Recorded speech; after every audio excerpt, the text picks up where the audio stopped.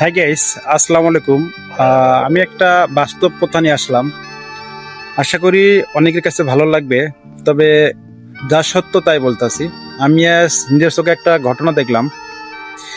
একটা বিবাহিত স্বামী এবং বিবাহিত স্ত্রী যখন তারা যে কোনো ঝামেলার কারণে আর কি মানে ডিভোর্স হয় আর কি, অনেক ক্ষেত্রে এরকম কাজ করেন না যাতে আপনাদের দুজনের ভুলের কারণে যদি আপনার বাচ্চা থাকে সে বাচ্চাটা কষ্ট হয়। আজ একটা বাস্তব ঘটনা দেখলাম ভাই, মানে বলতে অনেক কষ্ট হচ্ছে।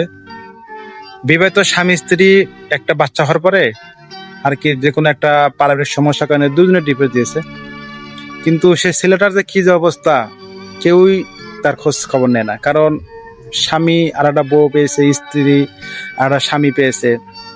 যদি এরকমই করার ইচ্ছা থাকে তাহলে অবশ্যই আপনারা যারা এরকম কাজ মাথায় নিয়ে থাকেন, চিন্তা ভাবনা করেন, তারা অবশ্যই যাতে একটা বাচ্চা না হওয়ার আগেই এই সিদ্ধান্তটা নিন। কারণ বাচ্চা হওয়ার পরে ভুলক্রমে ভাই এরকম সিদ্ধান্ত নেন না। কারণ পৃথিবীতে যারা এগুলো কাজ করে জানি না তাদের বিবেক বিবেচনা কোথায় থাকে। ঠিক আছে, আজ নিজের চোখে একটা ঘটনা দেখলাম। একটা বাচ্চা, মা বাবা দুটোই ডিভোর্স হয়েছে।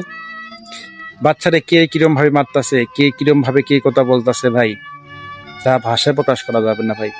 অনেক কষ্টে বেদনাদায়ক কথাগুলো ভাই একটু বললাম আপনাদের মাঝে।